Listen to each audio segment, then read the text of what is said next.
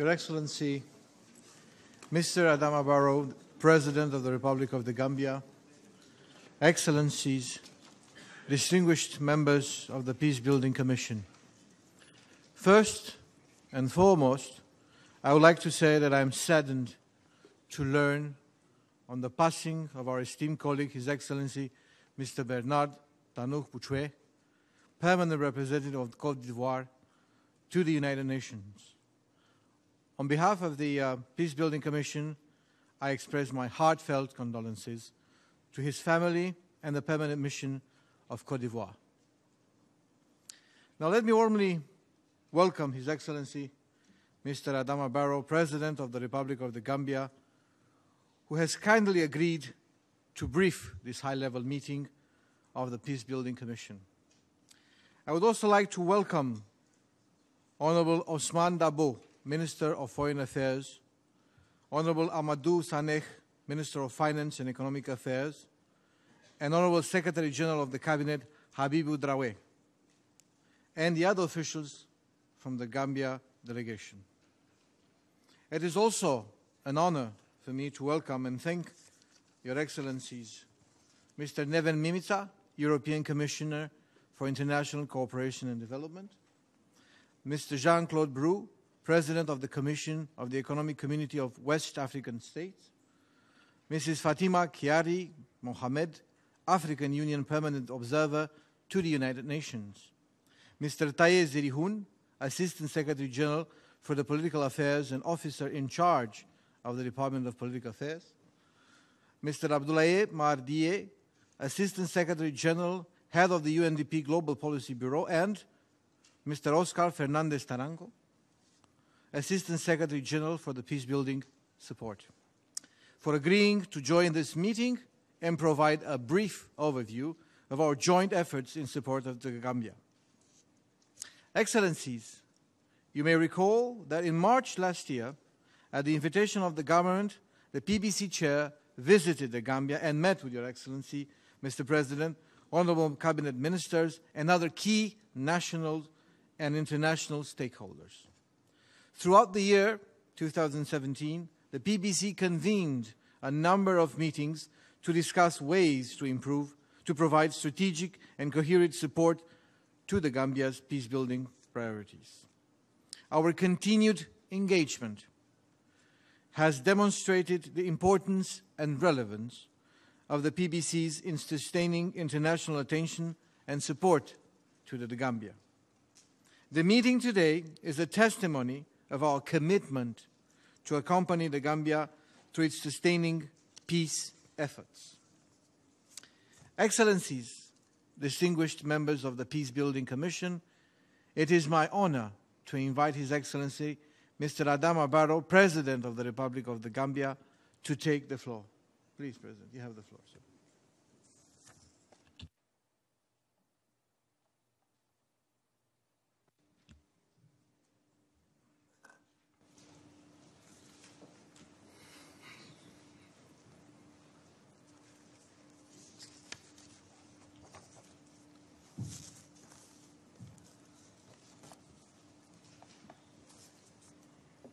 Chair of the Peacebuilding Commission, Assistant Secretary General, Assistant Secretary General, European Union, UNDP Regional Directors for Africa, distinguished guests, ladies and gentlemen, I welcome you all and thank you for being here. This meeting is an important milestone in gathering support for the Gambia to sustain peace through development. Peace is a strong foundation for justice to prevail and motivate citizens to focus on development. Therefore, I commend your continued efforts in raising awareness for a successful international conference scheduled to be held in Brussels next month. in recognition of the urgent need for peace building and sustaining peace in the Gambia, to restore democracy in the Gambia, my government from its inception has embarked on a number of initiatives with a view to consolidating our democratic gains and good governance. The priorities of my government outline our National Development Plan for 2018-2021 are geared towards economic growth and transformation. In our quest for advancing sustainable peace within and beyond the Gambia, my government is of the strong conviction that democracy, transparency, rule of law, and economic growth must be mainstream in our national efforts to build and sustain peace. In our resolve to achieve sustainable peace in the Gambia, good governance, institutional reforms, and people-centered approaches will continue to inform our peace-building efforts. As partners, we know that civil society plays a crucial role in peace-building and sustaining peace. Therefore, we encourage a new and vigorous role for civil society. My government is strongly committed to providing a peaceful environment for the citizenry to develop their full potential. To achieve our goal, I believe that it is the collective responsibility of the government, private sector, civil societies, intergovernmental organizations, and our partners in general to make sure Brussels is a success. We must work together to ensure the vision as expressed in the National Development Plan is converted into reality. Your Excellencies, ladies and gentlemen, in 5 years, I envisage a collective success story that creates jobs for all, especially the youth, and one that provides food and nutrition security.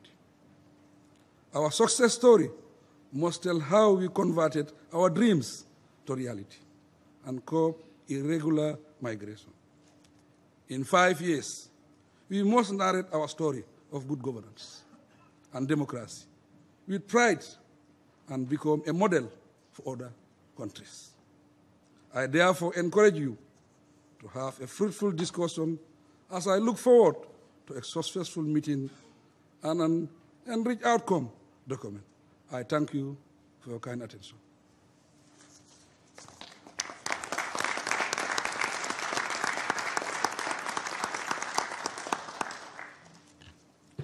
Thank you, Mr. President, for your words and remarks.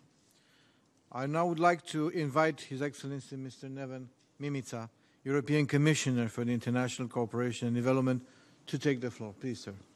Thank you, Honourable Chair. My dear friend, President Barrow, distinguished Commission members, Excellencies, ladies and gentlemen. It was just over a year ago, President Barrow, that I had the honour of being the first international partner to visit and congratulate you and the people of the Gambia on your peaceful and successful transition of power. During my visit, I saw a young and positive country yearning for freedom and democracy. And I met a new and ambitious government full of fresh ideas and determination. The European Union was the first to step up, not only with material support, but also in terms of ideas and guidance to your efforts to shape a better future for the Gambia. The rest of the international community quickly followed suit.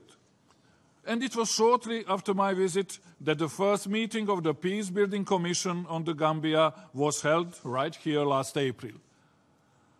Its focus was, above all, to ensure stability and to support the essential reforms that you needed to undertake.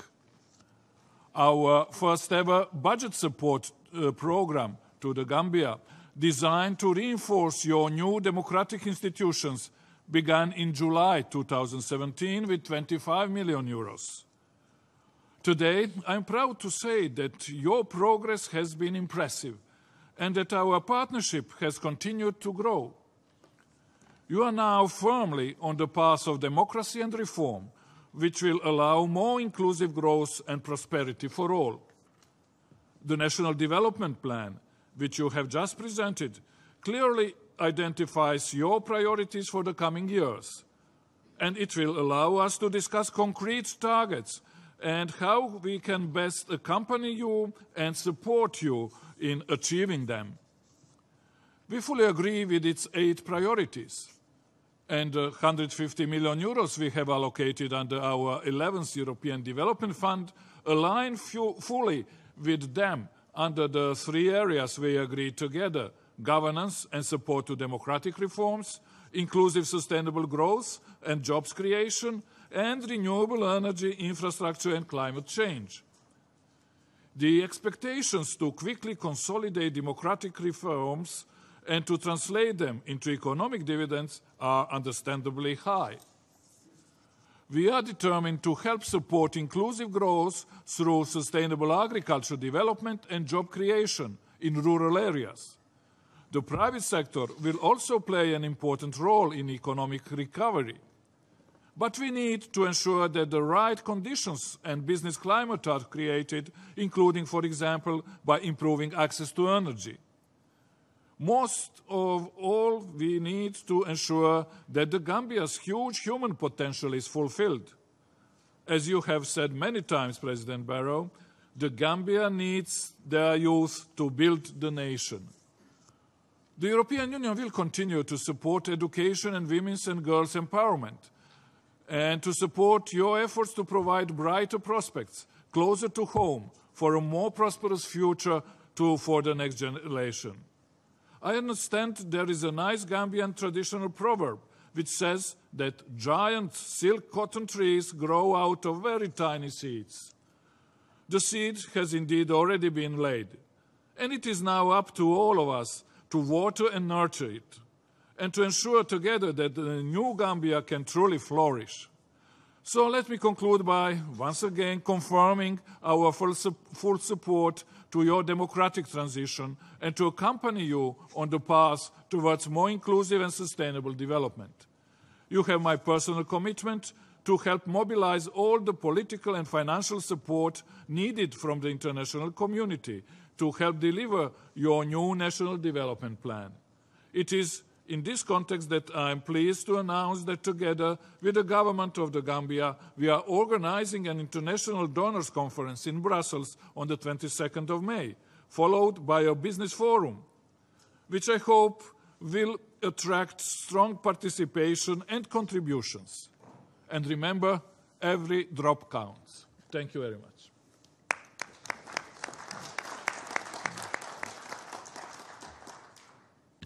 I thank His Excellency Mr. Mimica for his intervention, and I now invite Honorable Amadou Saneh, Minister of Finance and Economic Affairs of the Gambia, to take the floor. Please, Minister. Thank you very much.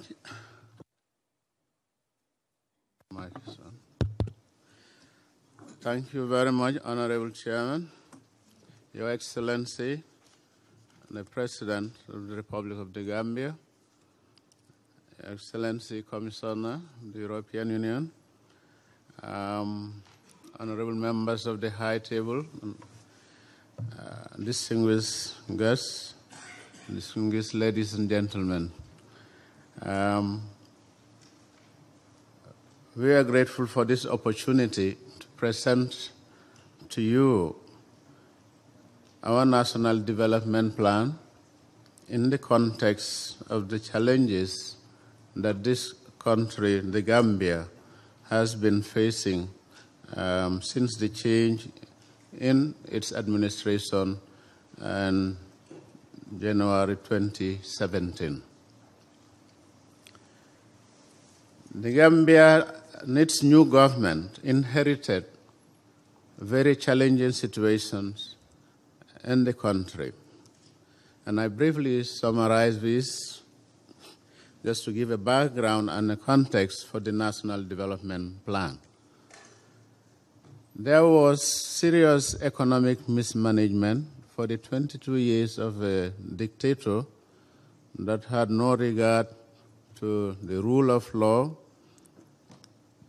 financial controls, fiscal management, human rights, or whatever. He did as he pleased. The result of this mismanagement was that he siphoned and diverted public resources for his own personal use. And today, serious evidences are coming out of the commissions that has been established to look into his affairs.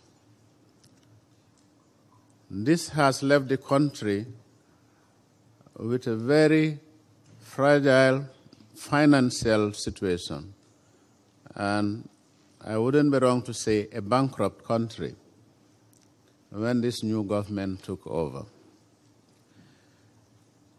The public debt stood at 124% of the GDP, and the interest rates were so high that it discouraged investments by the private sector. Inflation and exchange rates were all fluctuating, rising unstably, and causing serious ripples in the economy. We also inherited a high level of poverty and socioeconomic vulnerability. There was really very poor access to, and the quality of public services were very poor. This is both in health, education, infrastructure, and agriculture as well.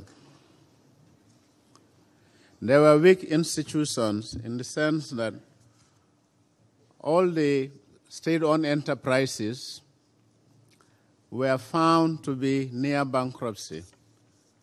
And this new government had to take steps to try to address the very dire situation in which our state-owned enterprises were found to be in.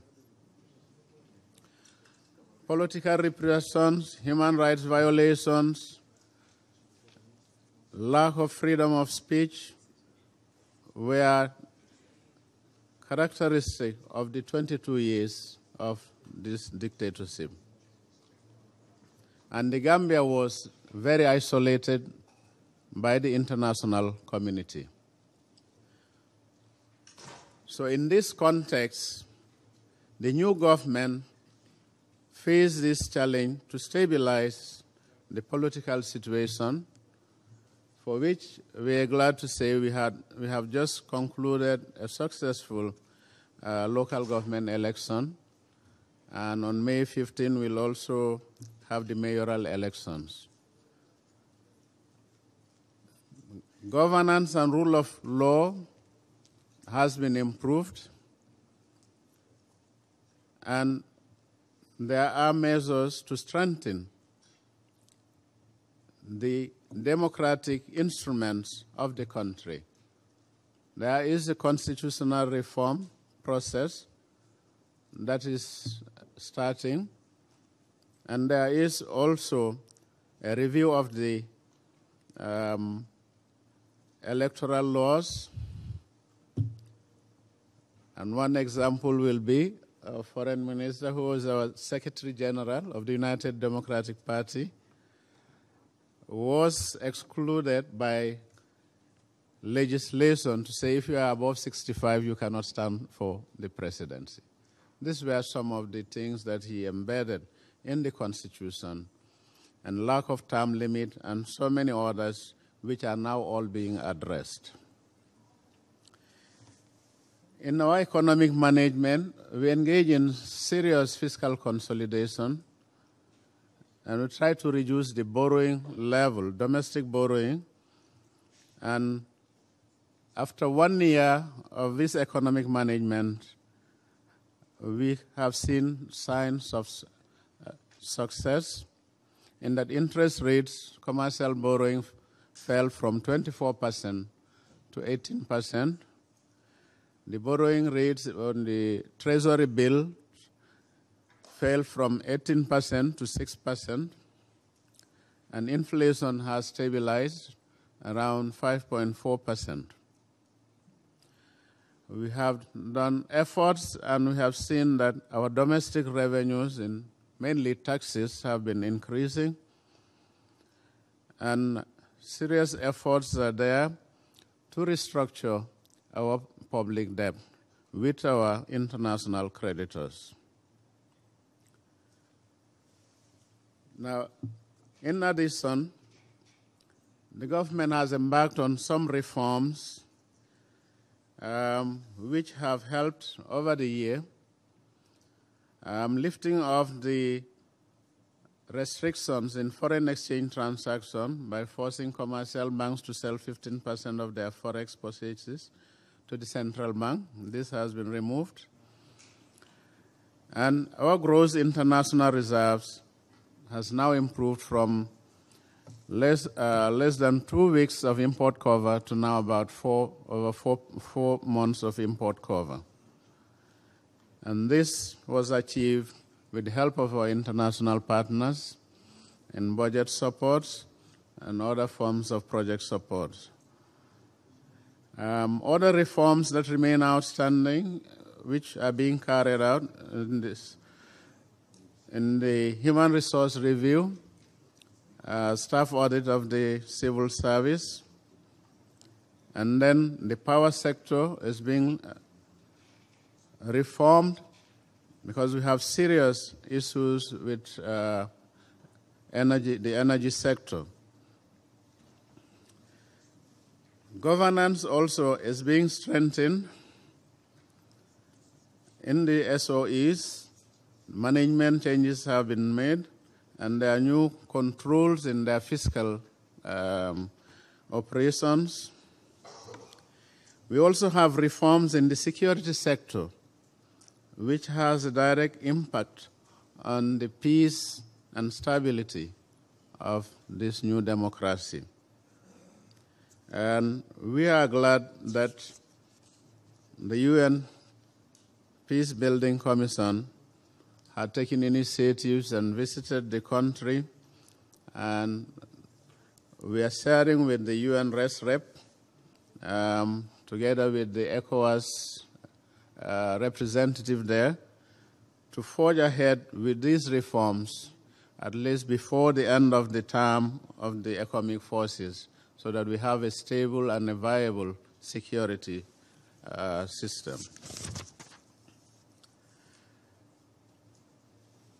Now, with all these reforms, the challenges that this new government faces are significant.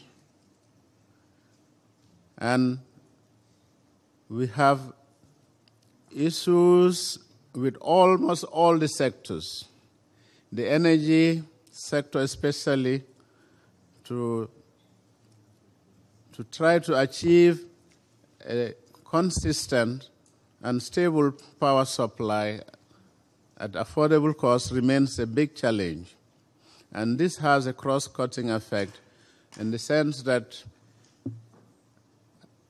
this year we are glad our tourism has really bounced back, and we have full bookings in our hotels, but I don't think we can keep the tourists much longer if the powers have to be going on and off. So this energy sector is a critical constraint for the growth in various sectors. In the tourism sector, in the health sector, in agriculture or light industries, energy remains a top priority for this administration. So we have looked at all these sectors and came up with this National Development Plan through a very comprehensive participatory process, including our partners on the ground in Gambia, the UN, the EU representatives, the World Bank, the IMF, were all involved, and the other UN agencies, UNESCO and WHO, they were all involved in the formulation and in the preparation of the strategies in this National Development Plan.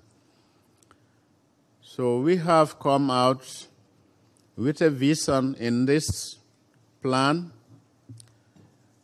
to have the highest standards of governance, accountability, and transparency, and social cohesion, and to forge harmony among communities, and thereby improving the living standards of the population. The NDP has 41 flagship projects, and these have been categorized into 4 main clusters. We have the governance cluster, which includes constitutional review, transitional justice, and the strengthening of the legal system, the civil service reform program, and also decentralized planning and development to make it very inclusive, to take account of all the regions of the country. The second cluster is agriculture and fisheries, and here the projects include the Enhanced Livestock Production and Productivity Program, Horticulture Value Chain Development Projects, and Rice Value Chain Development Projects. Some of you would wonder why rice value chain specifically. The Gambia's staple food is rice, and today we are importing over 83% of our need. Although we have suitable land and water, the river runs right across the country, and half of that is fresh water suitable for irrigation.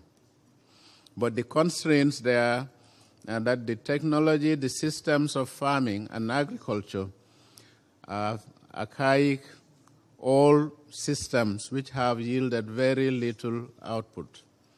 As a result, the youths and a lot of the workforce have turned their backs on agriculture because they are not generating enough income from that activity.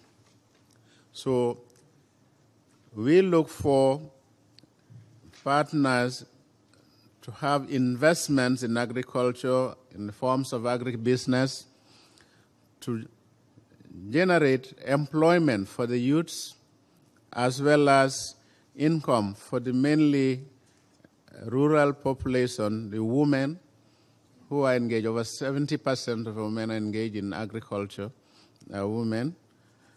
So this would really help have multiple benefits in food security and increasing income, generating employment for the youths. Then the other project here is improvements in fisheries infrastructure for social development. The third cluster is on human capital, that is improving and strengthening the health systems. The projects here aim to strengthen the primary healthcare system and the equipment and capacitization of the existing referral hospitals. Because most of the cases now, for those who can afford it, they cross the border to go to Senegal, or others go to other countries for treatment. So the standards are extremely low, and we need to strengthen this for the benefit of the majority who cannot afford to travel outside to get treatment.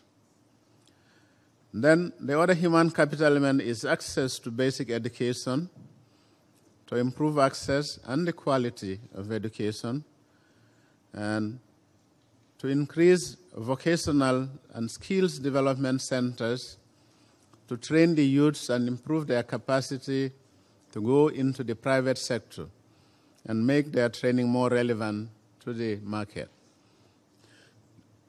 Then there is also transforming one of our technical training institutes into a University of Technology and Engineering. Again, all these are to develop capacities to make them relevant to the market. It involves also youth empowerment programs and women empowerment programs as well. Now, the fourth cluster is infrastructure. Energy is one, which is a top priority, as I have just explained. Then you have the transport and ICT infrastructure. We need over 500 kilometers of rural roads and about 525 kilometers in the Greater Banjul area, it's around the capital. Then we have the port expansion project, which we see as an element which is critical for our economic growth. Because now, because of increase in business confidence, we have an increasing number of vessels coming to the port. And what's happening is a lot of them have to stay upstream for a week, some up to 10 days or 2 weeks, for which importers are suffering demurrage charges because of the delays in offloading these vessels. So the ports expansion project would have a very good impact in the economy. It will create jobs, and it will expand business opportunities that the country has to offer. Now, we're also looking under this infrastructure, the river transport system. Despite the fact that the river runs right through the middle of the country and all the year,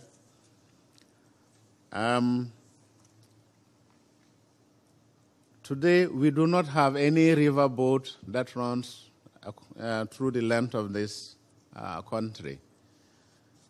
The last one sank some time back, and since then there has not been any river boat available to the country.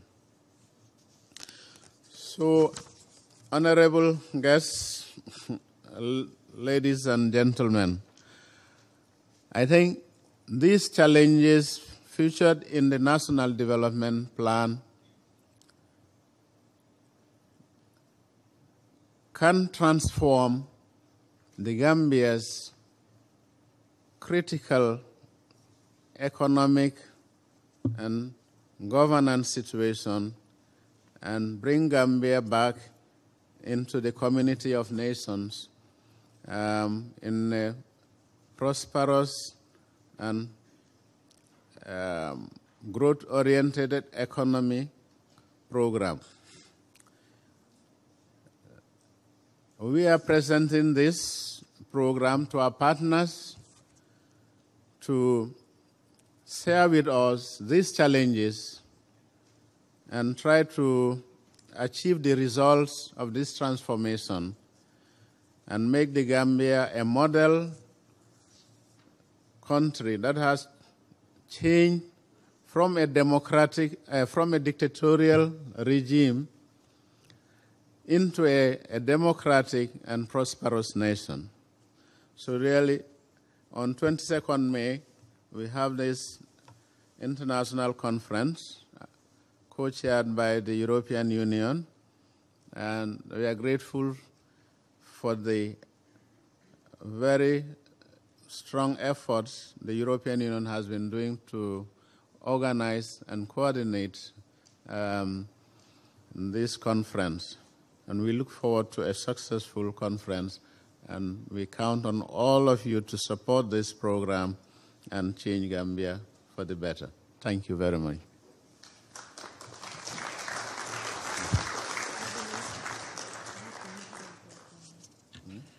Thank you very much, Honourable Minister, for this comprehensive presentation. I really thank you. I now invite His Excellency Mr. Jean-Claude Brou, President of the ECOWAS Commission, to take the floor. Please, sir.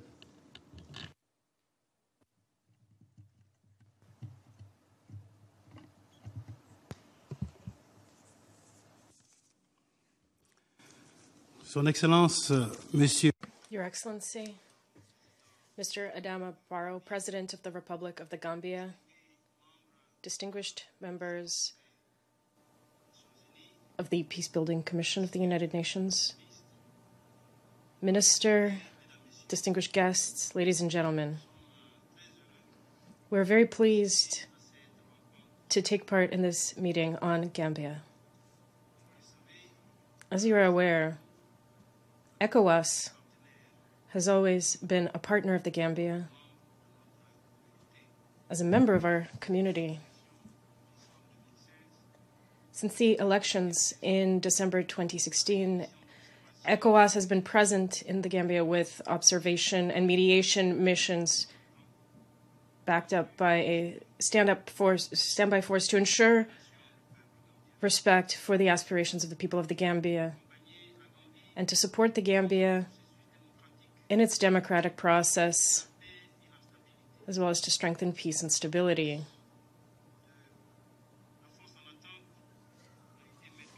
The ECOWAS standby force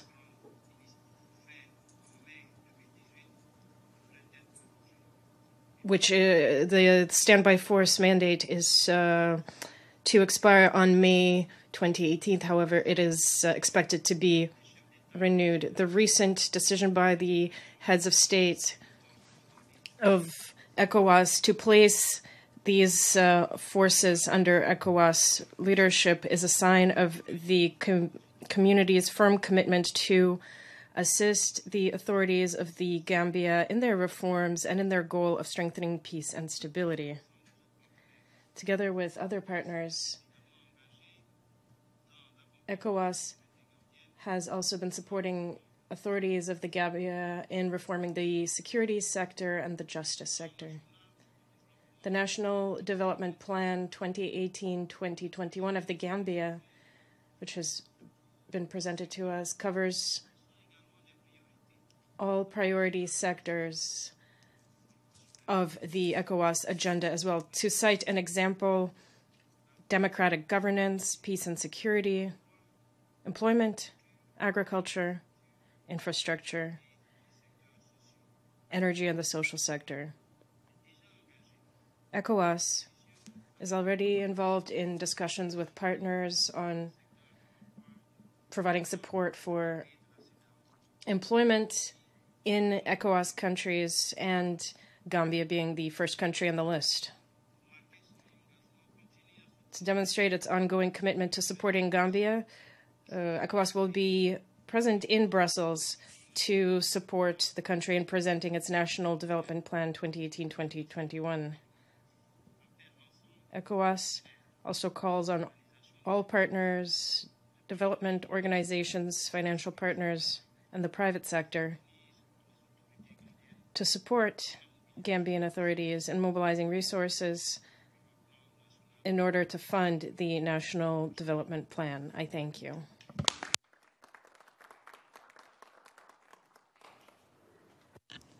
I thank His Excellency Mr. Brou for his remarks, and I call on His Excellencies Mrs. Fatima Kiari Mohammed, African Union Permanent Observer to the United Nations, to take the floor. Please, Madam. Thank you, Chair.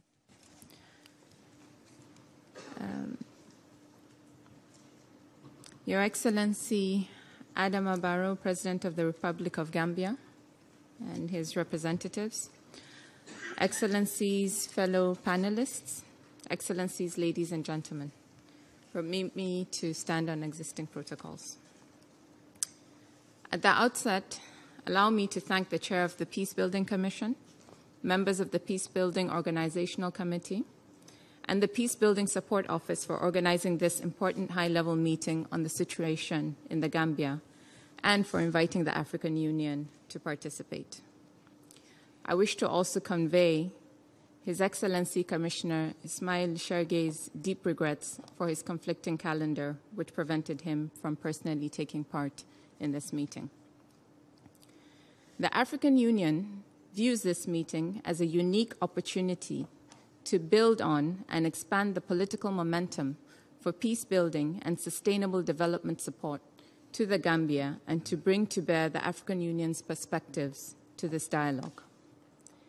Since March 2017, the African Union has been engaged with the current government of the Gambia at the latter's request for support in the following key areas: Truth and Reconciliation Commission, security sector reform, rapid inclusive socioeconomic transformation, repealing of draconian laws, and changing of foreign policy posture for the country. It will be recalled that the African Union conducted a needs assessment mission to the Gambia in May 2017 in order to provide concrete recommendations on how the AU could support the new Gambian authorities. The assessment mission, however, limited its scope to national dialogue and reconciliation, security sector reform, and socioeconomic transformation. It broadly assessed the national requirements for promotion of human rights, justice, and national cohesion, reform and professionalization of the security sector institutions, including creating conditions conducive for the country's rapid and inclusive socioeconomic transformation. The assessment mission also identified priority areas for the African Union's immediate and medium-term support, stakeholders and partners willing to support a nationally led socioeconomic transformation, governance, and peace-building initiatives in the country, and how the needs of women and youth could best be mainstreamed to make the transition process more inclusive. I am pleased to report that planning for the deployment of these experts is at an advanced stage. In addition, informed by another assessment mission to the Gambia in June 2017, the Peace and Security Council decided that the AU should deploy 10 technical, military, and civilian advisory staff to support the Gambia's ongoing efforts on truth, reconciliation, reparation, human rights, promotion of constitutionalism and rule of law, and the security sector reform process. Excellencies, ladies and gentlemen, permit me to underline the following three key messages.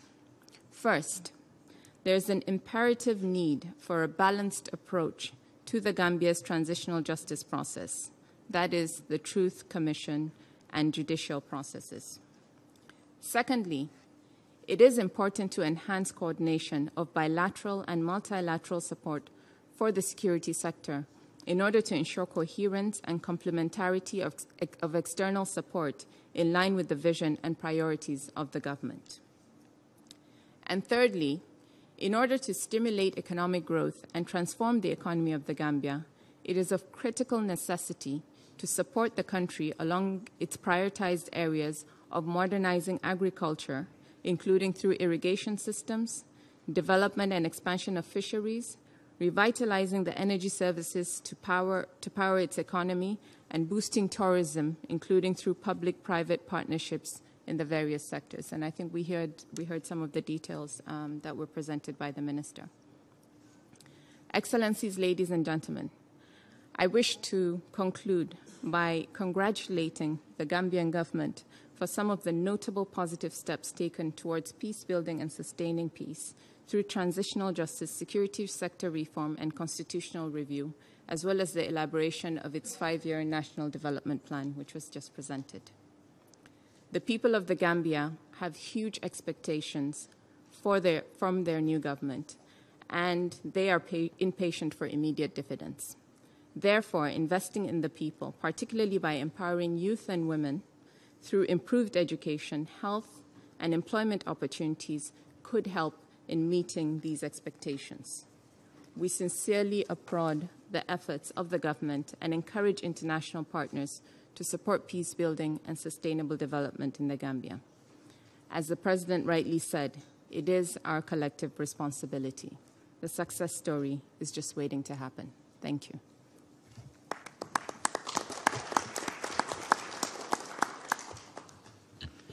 I thank Her Excellencies Mrs. Mohammed, and now I invite Mr. Taye Zerihun, Acting Under Secretary General for Political Affairs, to take the floor. Please, sir. Thank you. Thank you, Mr. Chairman. Excellencies, ladies and gentlemen, the UN Department of Political Affairs appreciates this opportunity to exchange views on developments in the Gambia and also on how best we can all continue to support and assist the country. The Peacebuilding Commission is an indispensable part of the support and assistance provided by the international community to the Gambia. Likewise, the UN Office for West Africa and the Sahel and its head, the Special Representative of the Secretary General, Mr. Mohammed Ibn Shambas, are also crucial to the UN engagement in the Gambia. Since the last meeting of the Peacebuilding Commission on the Gambia on December 4th last year, the country has continued to make progress in achieving key priorities in the areas of transitional justice, constitutional review, judicial and civil service reform, as well as on economic development. As was noted earlier, last December, Parliament approved 2 bills establishing the Truth, Reconciliation and Reparations Commission and the National Human Rights Commission. An executive secretary and members of the TRRC have been appointed. Local elections were successfully held on the 12th of April, and preparations are proceeding for municipal council elections in May. The tangible progress achieved so far attests to the consolidation of democratic gains in the Gambia and the strides the country has made in transitioning from 2 decades of dictatorship to multi-party democratic rule. The Gambia has also made notable advances in its bilateral relations with its neighbors, notably Senegal, and a Senegal-Gambia Presidential Council has now been established. We hope and expect to see more progress in the areas of national reconciliation and security sector reform. Mr. Chairman, the United Nations is working in the Gambia to help sustain peace. Following the UN interagency mission to the country last year, the Department of Political Affairs and the United Nations Development Programme, in close collaboration with the Peacebuilding Support Office, have focused on the implementation of an integrated UN strategy in support of the Gambia in the areas of transitional justice, security sector reform, inclusive political dialogue, and sub-regional cooperation. The PBSO has funded projects in support of security sector reform and transitional justice. It has also funded the provision of strategic policy support to the Presidency. The Department of Political Affairs also provided funds for the deployment of a strategic communications expert who provided support to the Office of the President from May through December last year. With respect to funding for the long-term development priorities of the country, the Department of Political Affairs adds its voice to the call to member states to pledge the required financial resources to the government to meet the priorities outlined in its National Development Plan. The United Nations will continue to remain actively engaged in the Gambia to support the country's efforts to build the foundations for a democratic republic that respects the rule of law and meets the security and development needs of its citizens. The Special Representative for West Africa and the Office, UNOWAS, will continue to conduct regular good offices and technical missions to support the government in its efforts to build resilience in all sectors. Mr. Chairman, the success of peace building in the Gambia is contingent on political and institutional stability, good governance, and strong national ownership. It is commendable that the Peace Building Commission continues to make a decisive contribution in support of the country's peace-building priorities. The international community and regional partners deserve praise for their sustained engagement in the Gambia.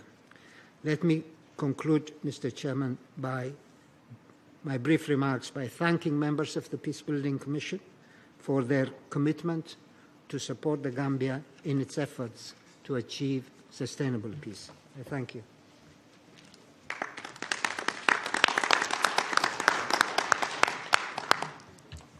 I thank you too, Mr. Zerihun, for your remarks. And now I invite Mr. Abdoulaye Mardieye, Assistant Secretary General and Head of UNDP Global Policy Bureau, to take the floor. Please, sir. Thank you, Mr. Chair. Excellencies, ladies and gentlemen, I am pleased to attend on behalf of UNDP this high-level meeting of the Peace Building Commission on the Gambia. It is my expectation that our encounter this morning will be a pre-resonance of what we project to be a successful international conference in a month's time. New York today and Brussels in 30 days will be, with no doubt, moments of reaffirmation that the Gambia is back and ready to reclaim its natural position as the gateway to the continent and a potential leading geo-economic platform for West Africa. The country will not walk alone on that path, as the nation has generated a huge capital of sympathy and has rightly earned an international badge of honor in its right fight to restore the universal enlightenment principles of peace, social justice, good neighborhood, human rights, dignity, and freedom. The National Development Plan just presented to us by Minister Sané will be a powerful compass in that journey. It illustrates the vision and leadership of the government to lay the foundations for a modern democratic state, while also addressing the most pressing economic, social, and environmental challenges of the country.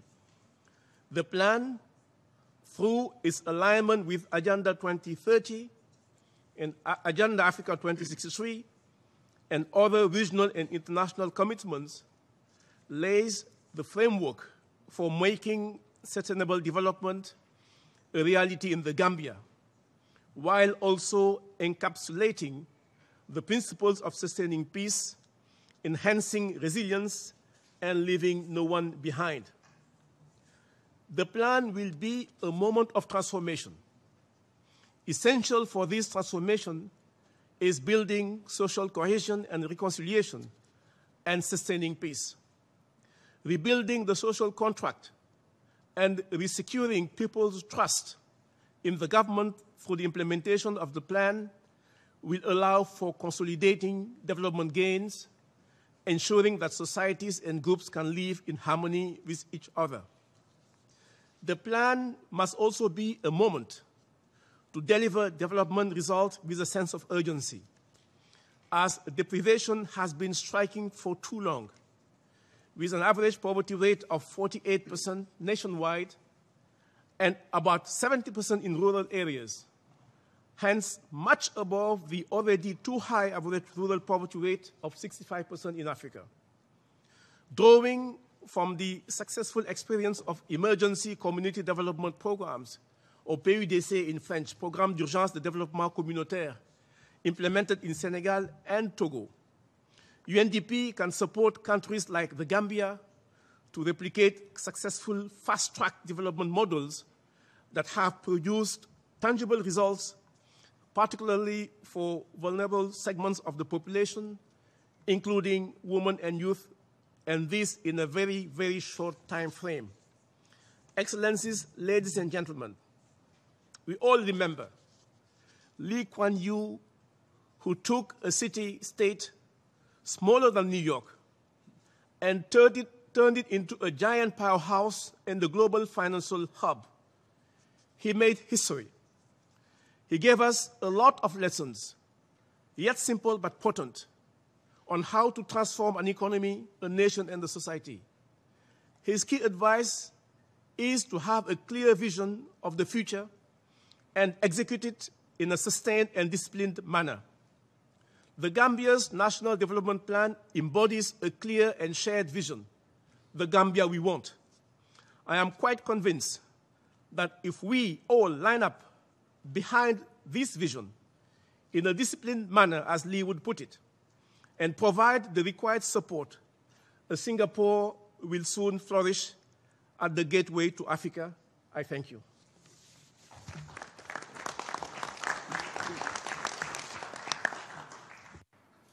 I thank Mr. Mardieye for his remarks, and I now invite Mr. Fernandez Taranco, Assistant Secretary General for Peacebuilding Support, to take the floor. Please, sir, the floor is yours. Thank you, Honorable Chair, State Secretary, Excellencies, distinguished members of the Peacebuilding Commission, ladies and gentlemen. Let me start by thanking His Excellency President Adama Barrow and Honorable Amadou Sane for the briefings to the Peacebuilding Commission this morning, and also to state my heartfelt appreciation for this joint briefing between the European Union, the African Union, ECOWAS, DPA, UNDP. I think this truly shows the way that the Peacebuilding Commission is changing its working methods and the power of its convening role ahead of this very important donors conference that will be held next month, and in response to the national peacebuilding and development plans that were presented by the Minister.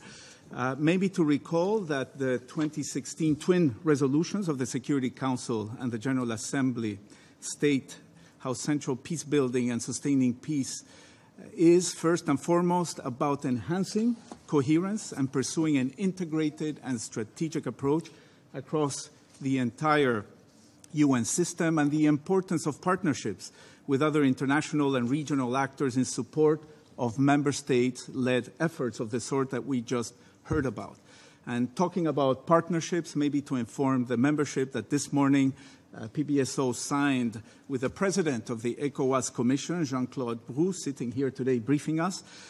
We signed a memorandum of understanding precisely to strengthen the collaboration between our institutions on subjects such as conflict prevention, political dialogue, national reconciliation, democratic governance, human rights, and the rule of law. And particularly, this is important because of the very important role that ECOWAS has had in the Gambia, and to see how we can follow up on the interlinkage between peace and security, development, human rights, and good governance going forward.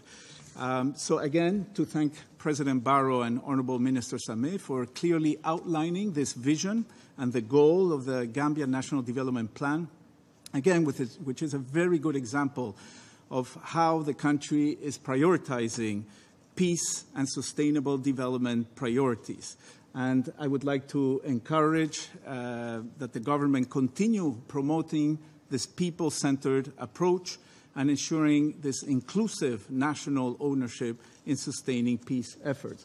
My colleagues have mentioned the importance of responding rapidly to the democratic transition in the Gambia, something that we have done, I think, delivering as one between Secretariat, agencies, funds, and programs, and again, facilitated in part by the rapid disbursement of the fast, flexible funding from the Peacebuilding Fund to support security sector reform, transitional justice, and its support to reconciliation, and also projects that seek to empower women and youth and make them participate in this national reconciliation and dialogue process.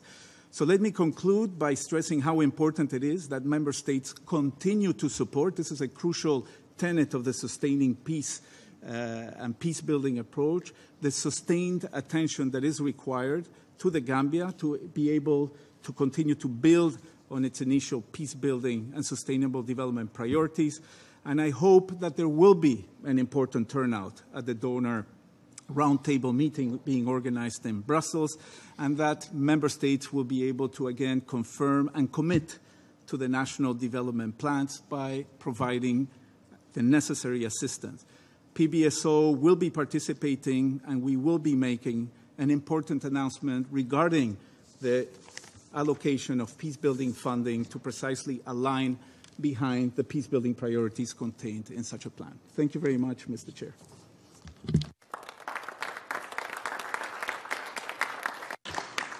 I thank Mr. Fernandez Taranco for his briefing. And now I would like to open the floor for comments by the members of the PBC.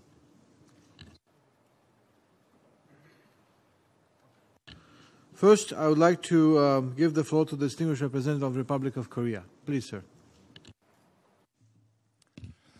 Thank you, Mr. Chairman, for convening this very timely meeting on the Gambia on the eve of the high-level event on sustaining peace. I would also like to thank President Barrow and Minister Sane for coming to the PBC and sharing the national priorities of the Gambia. My appreciation also to other briefers as well for sharing their perspectives on the Gambia. I'm particularly pleased to meet President Barrow again here in New York. Since my visit to Banjul in my capacity as the chair of the PBC last year, things have been moving steadily in the right direction, and I'd like to commend his leadership for the remarkable progress made during the last 1 year in reforming the Gambia across the board. With all these achievements, however, we know that a lot more needs to be done as the country is faced with so many challenges, including the need to meet the high level of expectations of its people and sustain international support for its peace-building priorities. In this regard, we welcome the Gambian government's initiative to convene a donors conference and business roundtable in Brussels next month with the support of the European Union to secure international support for its national development plan and present itself as a new business destination. Today's meeting of the PBC could help provide political support for the Gambian government in preparing for the Brussels event, and I hope that member states, as well as the United Nations Secretariat, agencies, funds and programs come together to provide coordinated and holistic support to the Gambia so that it can move ahead smoothly with its national priorities in building and sustaining peace. We should do so not only because the Gambia is at its critical time of transition, but more importantly, because it provides a perfect test case of the UN's collective efforts towards sustaining peace. Although the United Nations has been providing valuable support to the Gambia through the Peacebuilding Fund, we feel that more concerted efforts are needed. To this end, the resident coordinator, who has been doing an impressive job in assisting the Gambian government during its transition, should be further empowered with the necessary capacity so that she can effectively coordinate the UN agencies as well as outside partners, including donor countries, international financial institutions, and the private sector.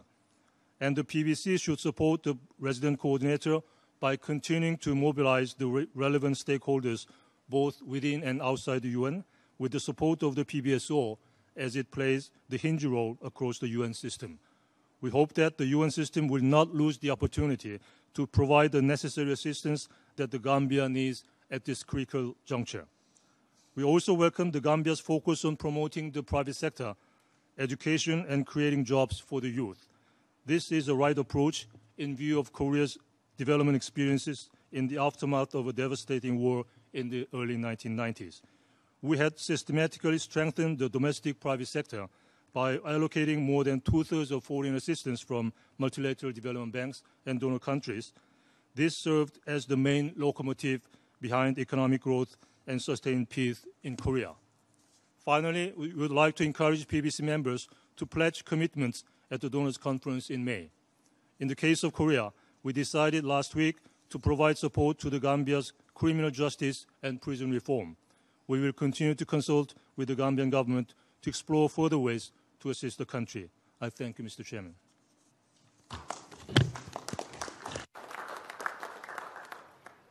Thank you very much, Ambassador. Next, I would like to give the floor to the esteemed representative of Germany. Please, sir, you have the floor. Mr. Chairman, distinguished members of the panel, Excellencies, ladies and gentlemen. I would like to thank the Chair of the Peacebuilding Commission for convening this meeting in collaboration with the government of the Gambia. The Gambia is almost a textbook case for sustaining peace, with the UN and regional organizations working together to resolve a conflict and thereby preventing a further escalation. We welcome that the Peacebuilding Commission, on request of the government of the Gambia, took over from the Security Council after the successful resolution of the conflict to support peacebuilding in the country. Germany is a strong advocate for peace, democracy, human rights and the rule of law worldwide. We fully support the new Gambian government in sharing these values, and we are convinced that the democratic change in the Gambia will have a positive impact on the region as a whole. We underscore the very importance that the international community acts swiftly to show its support for the new Gambian government. In this regard, we welcome the fact that the government of the Gambia and the European Union co-organize the international conference for the Gambia on the 22nd of May in Brussels. We also welcome the catalytic support of the Peacebuilding Fund to the Gambia in the areas of transitional justice and security sector reform. We need to ensure that this support is sustained and in due course transition to other peacebuilding and development actors. In this regard, I welcome the presence of the World Bank and UNDP and hope that this meeting will translate into further action for peacebuilding on the ground. In December, German Federal President Steinmeier was the first European head of state to visit the Gambia since the political change in the country and sent a signal of Germany's firm support for the new Gambia. During his visit, President Steinmeier announced specific initial measures to provide immediate help, e.g. to improve the scarce supply of electric power in the country. Germany also supports the endeavors of the African Union to advance the security sector reform needed in the Gambia and contributed more than $1 million to the African Union Peace Fund in 2017 to establish an early response mechanism for transitional justice and security sector reform. We will remain committed to supporting the Gambia on its path to sustainable, peaceful and democratic development. Thank you very much.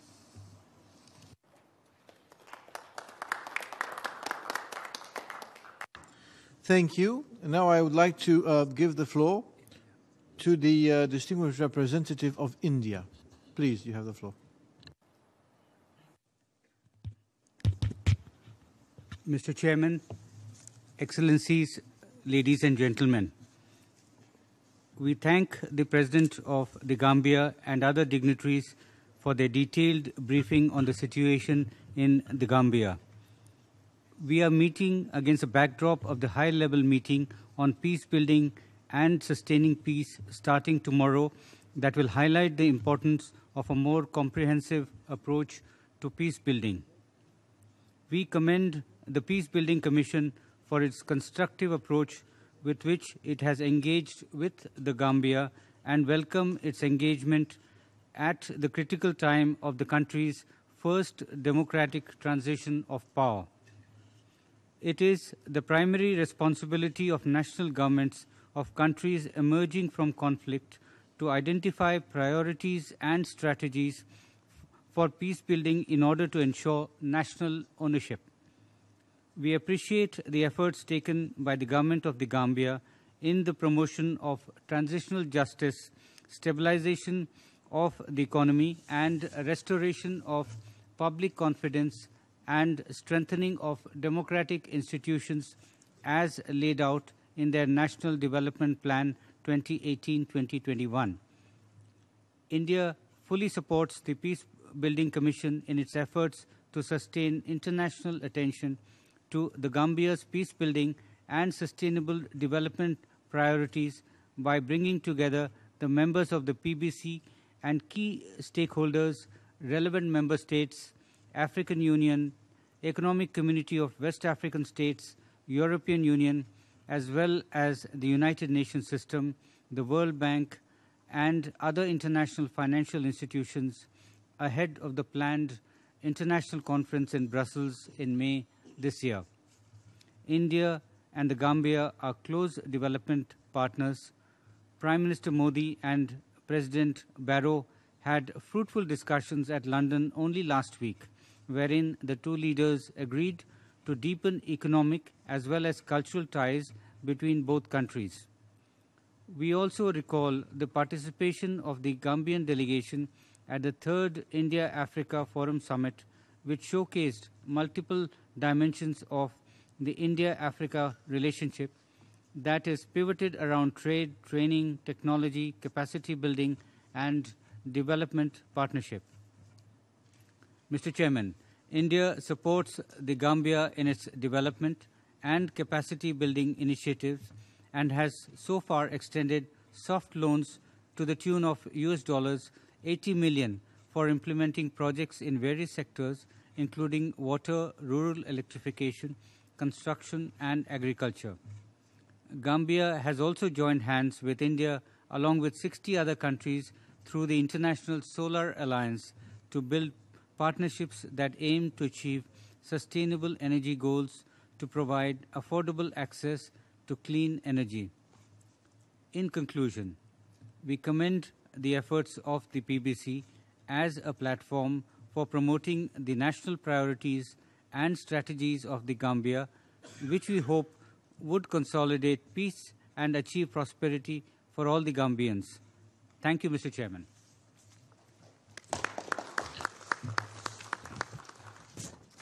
Thank you very much. I would like to give now the floor to the distinguished representative of the United Kingdom. Please, Madam, you have the floor. Thank you very much indeed, Mr. Chairman.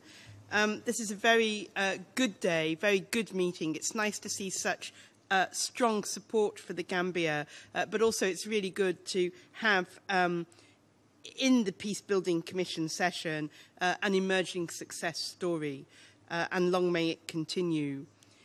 We in the United Kingdom, Mr. Chairman, Her Majesty the Queen has just hosted the Commonwealth Heads of Government meeting, and I would like to take this opportunity to congratulate President Barrow on the Gambia's re-entry into the Commonwealth, and it was very good to see him take part in that meeting last week.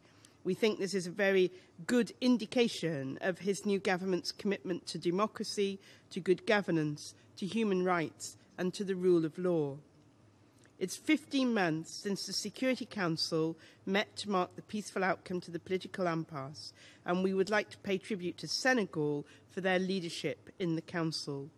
The role that regional organisations played, in particular ECOWAS, in diffusing what was a potentially dangerous situation was critical, and this underscores the cooperation between the United Nations, ECOWAS, and the African Union in the successful resolution of the crisis, and it also demonstrates the central role that such partnerships play in sustaining peace.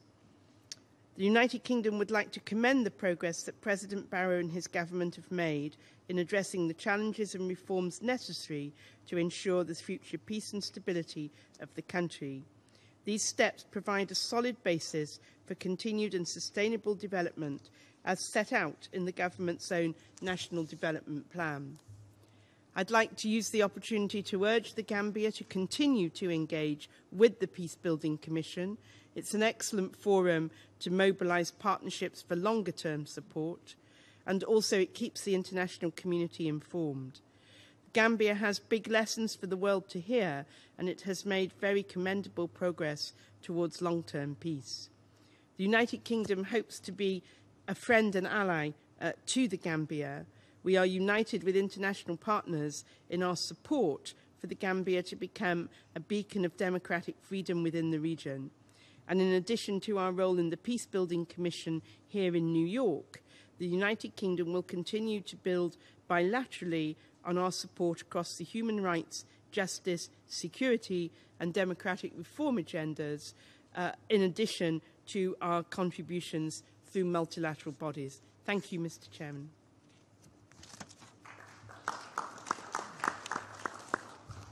Thank you very much. I would like now to give the floor to the distinguished representative of Norway.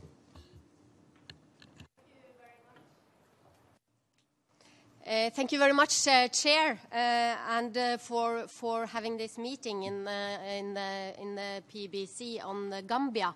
Thank you very much also to the President and the Minister of Finance and Economic Affairs of the Gambia for coming here to brief us about the situation in their country. Norway would like to commend the Gambia for successfully carrying out municipal elections on the 12th of April.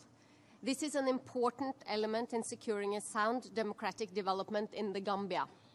It is equally important that the presidential election scheduled for late 2019 or early 2020 be carried out as planned. Norway strongly supports the Gambia's endeavors towards a stable democracy, reform of the judicial system, and the strengthening of human rights.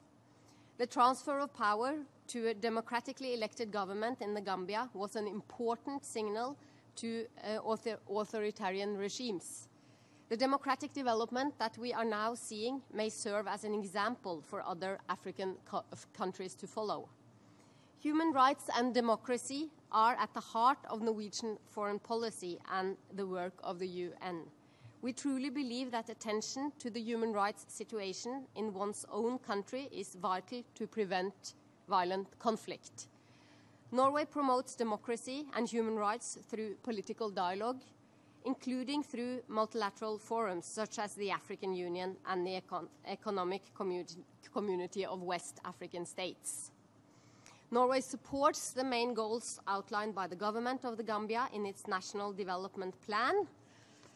We note the focus on modernizing the fisheries and agricultural sectors for sustainable economic growth, building infrastructure and restoring sustainable energy services. Inclusive and sustainable development is both an end in itself and by far the most efficient way to prevent conflict. So we wish the government of the Gambia good luck, and we will continue supporting you. Thank you very much, Chair.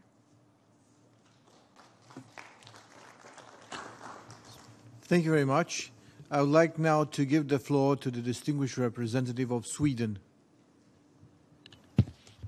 Thank you, Chair, and let me join others in thanking you for organizing this important meeting.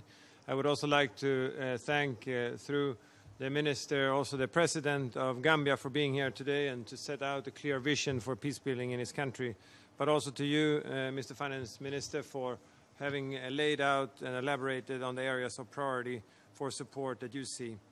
We had the great fortune to be President of the Security Council in January last year when the political crisis in Gambia escalated. And we worked very closely with our brothers from Senegal on the council at the time, Liberia as the head of, or the chair of ECOWAS, the African Union, of course, the SG, often directly through his representative, Mr. Chambas, as well as directly with the then president-elect, to really coordinate efforts to make sure that we avoid escalation and to ensure that a peaceful democratic transition could take place. And I think it was a true team work effort, and I think it can really serve as a textbook example on effective conflict prevention in line with the Secretary General's vision for a search for diplomacy for peace. But now we really need to turn this success also into a success of sustaining peace. And as the German colleague said, to make sure that Gambia becomes a textbook example also of sustaining peace. And there is a lot of lessons learned to draw from, and I hope that the Peacebuilding Commission and the UN system together can be actively sharing those lessons and actively continue to support the country as we move forward. Let me highlight 3 areas. First, we need to sustain attention and support, of course. Expectations are high, understandably so, and we need to help the government to deliver on these expectations. Reforms are important. They have been raised here today, including for good governance, institutional capacity, and security sector reform. And we welcome what the President said about including civil society actively in this process. But the broader development agenda is, of course, also critical.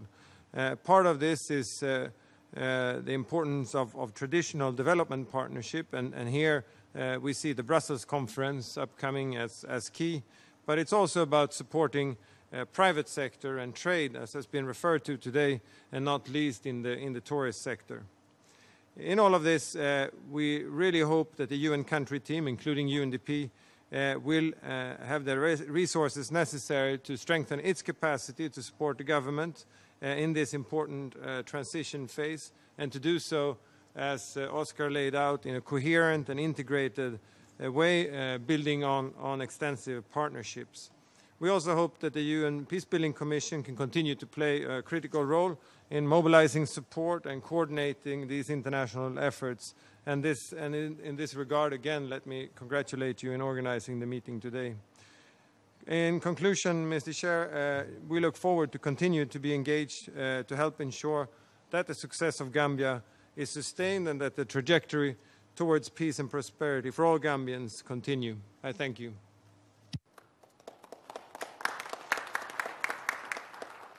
Thank you very much. I would like now to give the floor to the distinguished representative of Senegal.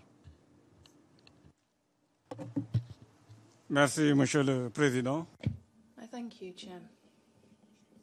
The delegation of Senegal welcomes the organisation of this important meeting, which is illustrative of your efforts and those of the Peacebuilding Commission to keep international attention on the Republic of the Gambia.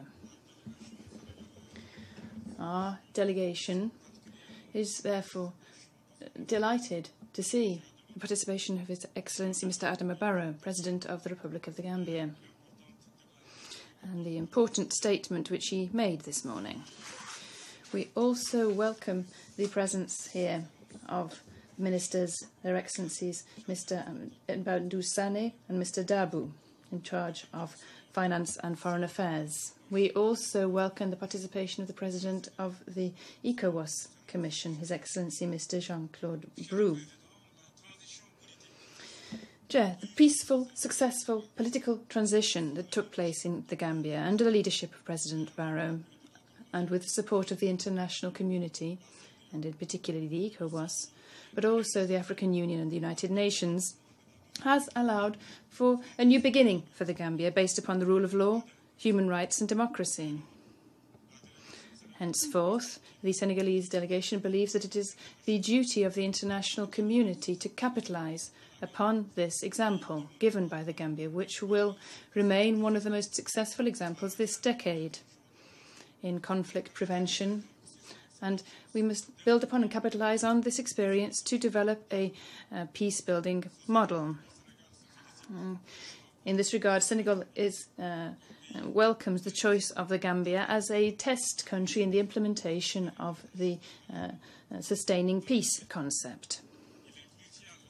It is indeed crucial to accompany the Gambian government in its determined efforts for security, economic and political recovery, which we believe is the only sign of lasting stability for a country, but also the only way to allow the Gambian people to have the deserved fruits of democracy and peace. I can commend already the efforts made in this direction by the Peacebuilding Commission and the Peacebuilding Fund. We also welcome the rapid assistance provided by other partners. I'm thinking of the European Union, for example. Chair, the Senegal believes that above and beyond these bodies, it is the whole international community which must be mobilised in order to act in a coherent and coordinated way in assisting the Gambia in implementing its National Development Plan 2018 to 2021. The outlines of this plan have been given to us very clearly by the Finance Minister today. This support must, of course, be provided by disbursing necessary financing in order to implement the plan. These priorities include youth employment and agriculture, and of course other areas as well. linked to security and social areas, for example. This is why we strongly hope that the International Donors Conference on the Gambia on the 22nd of May 2018 in Brussels will meet the legitimate expectations of the government and the Gambian people. Of course, as far as we're concerned, Senegal will remain in full solidarity with the Republic of the Gambia, within the spirits of our strategic and dynamic partnership that Their Excellencies Macky Sall and President Barrow have set up, and with high-level follow-up within the context of the Senegal and Gambian high-level conference that the President and Secretary General Dairoun was talking about. In this context, it will be meeting every 6 months in order to oversee the implementation of shared projects which are a powerful integration factor between our two countries. This is happening because the two heads of state fully believe that our two countries are facing similar challenges and can thus serve as a model for integration in West Africa, Africa and the world as a whole. I thank you. Thank you very much. I would like now to give the floor to the distinguished representative of Brazil. Thank you, Chair. Let me first thank you for organizing this important meeting with the participation of President Adama Barrow, Minister Amadou Sané, and other distinguished speakers from the UN system and regional organizations. In the beginning of 2017, the Security Council gave its support to ECOWAS and the African Union's decision to uphold Mr. Barrow's election as the third president of the Gambia. After that, this Peace-Building Commission has already gathered twice upon request of the new Gambian government. Today's meeting is another sound example of our efforts to render the Peace-Building Commission's forms of engagement more flexible and adaptive to the increasingly complex world security context. Let us take this as an opportunity to consider creative ways through which the United Nations can continue their support for the consolidation of peace in the Gambia. Mr. Chair, Brazil defends that it's of great importance that the international community as a whole, including the PBC, remains fully committed to supporting the Gambia in its critical moment of its history. At the same time, we very much welcome your government's efforts to strengthen the Gambia's engagement in multilateral spaces, as well as to establish new partnership abroad. Despite the existing social and cultural bonds between our societies and our common South Atlantic identity, Brazil and the Gambian bilateral relations fell far short of their true potential. In fact, the Gambia is the only member of the South Atlantic Peace and Cooperation Zone, ZOPACAS, that does not host a Brazilian embassy yet. But this, of course, leaves us with a unique opportunity to promote and strengthen our cooperation and raise our partnership to unprecedented levels. Mr. Chair, Brazil has always strived to nurture a strategic partnership with African countries and match every wave for friendship and approximation coming from across the South Atlantic. Last month, the Gambia invited our ambassador in Dakar to Banjul to present his credentials as the Brazilian ambassador to the Gambia. And he was told that the Gambia was aiming for the reset of the Brazilian-Gambian relationship.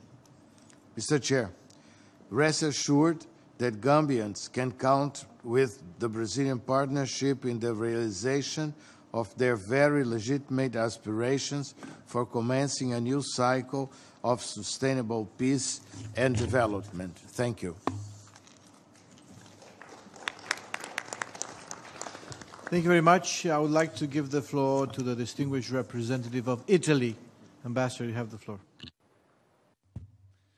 Mr. Chair, I would like to thank you for your presence here today in chairing this important and timely meeting, and through you, the Romanian presidency of the Peace Building Commission, for organizing this meeting. Of course, we have been honored of the presence of the President Barrow, such as the high-level delegation that accompany him. This is basically because the Gambia represents how the implementation of peace building and sustaining peace agenda must be a priority for all of us. The concept of prevention, international and regional coordination, UN strong engagement, also throughout this commission, which has played an incredible work that I would like to comment today. A constant and committed political dialogue, which have so well served in overcoming the political crisis, are deep-rooted in the peace-building and sustaining peace paradigm. And your experience must serve as a role model in this sense. At this stage, we cannot relent our effort in supporting the realization of full and inclusive development for the Gambia. We welcome the National Development Plan, in particular the emphasis placed by the document on youth and women empowerment. These are the living force of the nation, and from our perspective in the past years, we have seen too many of them losing their lives in the desert on the Mediterranean Sea, looking for a better future. Mr. President, Italy confirmed its engagement toward the Gambia. We'll stand side by side with the Gambia and its people to accomplish the mission given by the President Barrow, and starting from the meeting that next month the European Union will host in Brussels. Thank you. Thank you very much. Dear colleagues, as much as I would like to see and hear more of you, I just have to make an announcement. We have 7 more speakers in 15 minutes. So would you be so kind and try to, make efforts and limit your intervention so we can get along. Excellent. Thank you very much. Now I would like to give the floor to the distinguished representative of Japan. Thank you, Mr. Chair. Today's meeting is a unique and special occasion as we have the honor to have the President Barrow of the Gambia with us, together with the wide range of distinguished partners. Japan welcomes the encouraging transitional efforts in the Gambia, and we will continue to support the Gambia as it implements its national development plan. The transition of the Gambia is a prime example of the principles of prevention and sustaining peace in action. It is one of the best examples of recent years where the UN worked with regional partners to bring stability through prevention. The PBC attaches great importance to the principle of prevention, and in the case of the Gambia, ECOWAS, the AU, and the UN spoke with one voice, backing the will of the Gambian people. What I see and hear today is very encouraging. We all want to see the Gambia as a success story of sustaining peace. It will not be an easy path for the Gambia to implement the development plan. Expectations are high, especially among the youth. It is still at the fragile state of the transition.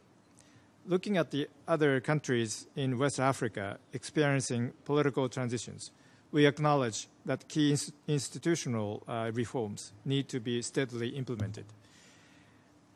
Japan has recently disbursed $1 million to support the youth employment project in the Gambia through the ILO.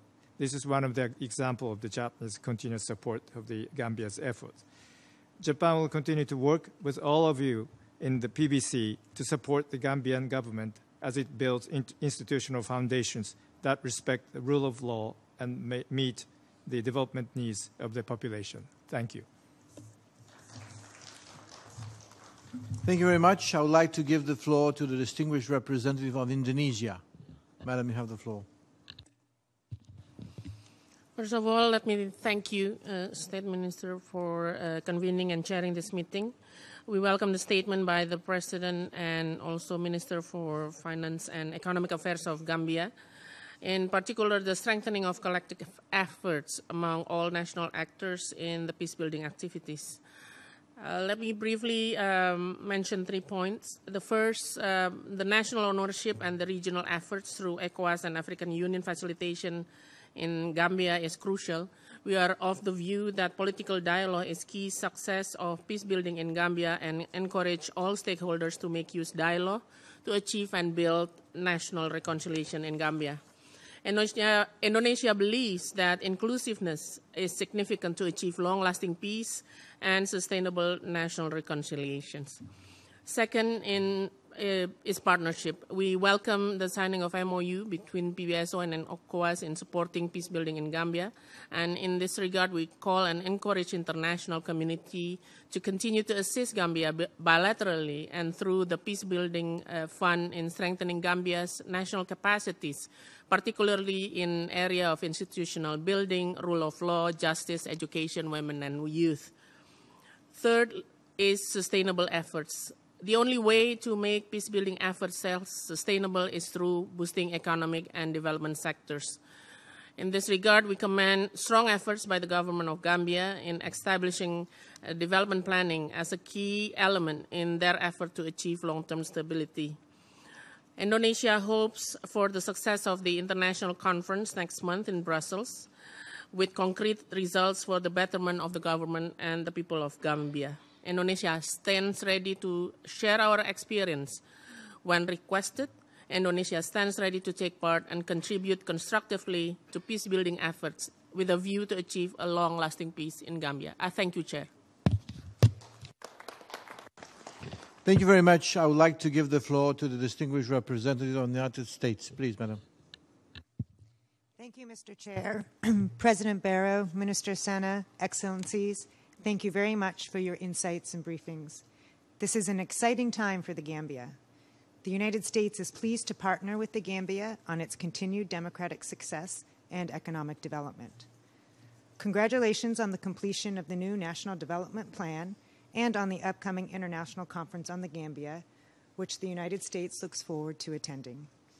The U.S. government supports the Gambia through efforts on the part of the Department of State, USAID, the Millennium Challenge Corporation, the Department of Justice, and the Department of Homeland Security on programming to strengthen democracy and the justice system, improve health outcomes, encourage economic growth and good governance, and strengthen financial accountability. We look forward to continuing our partnership and encourage the Gambia to stay the course to root out corruption, rebuild institutions, ensure the rule of law, foster economic development, and uphold human rights. The MCC Threshold Program is a great opportunity for the Gambia, and we know that the Ministry of Finance is working closely with the MCC team. We also know that USAID recently launched its 6-month debt management technical assistant project in collaboration with the government. We hope that this program will be of value to the government and support efforts to manage the Gambia's debt in light of limited available resources. Congratulations also on the completion of your recent local elections. By all accounts, these elections were peaceful, free, fair, and transparent. This is an excellent step in the right direction for your democracy, and we are heartened by this progress. We encourage the Gambia to build upon this democratic success moving forward. The Gambia is an example of positive democratic change in West Africa, and the United States looks forward to continuing our partnership. Thank you. I thank you very much. I would like now to give the floor to the distinguished representative of France. Monsieur, vous avez la parole. You have the floor, sir. Merci. Merci. Thank you, Mr. Chairman. I will speak in French to introduce a bit more multilingualism into this meeting. I thank you, Mr. Chair, for convening this meeting of the Peacebuilding Commission, and I'd also like to thank President Barrow and the Minister of Finance for their very enlightening and useful presentations, as well as all the other speakers for their contributions and their support. It has been a year since the resolution on Gambia, and it was an excellent example of preventative diplomacy and cooperation between the UN, the AU, and ECOWAS. And I think the challenge for us now is to use this lesson of success by bringing together support, and we're seeing a lot of this around the room, but support for the Gambian authorities in their efforts to revitalize the economy and carry out a democratic reform that is underway, for instance, in the justice, governance, and other sectors. France has already translated its cooperation into relaunching bilateral cooperation, in particular in the sphere of economic developments, SR reform, and justice. And we call on all partners to take part in the meeting that will be held in Brussels with the EU on May 22nd, and at which our Secretary of Foreign Affairs will be present. I thank you. Je vous remercie aussi, and I would like to give now the floor to the distinguished representative of China. Thank you, Mr. Chair. China would like to thank you for convening this meeting. We welcome President Barrow and Minister Sane for their participation. We would like to thank all briefers for their presentations. China welcomes President Barrow's efforts to implement the National Development Plan aiming at eradication of poverty and calls on the international community, including regional and sub-regional organizations like ECOWAS and AU and bilateral and multilateral partners, to provide support actively to the nation building of the Gambia.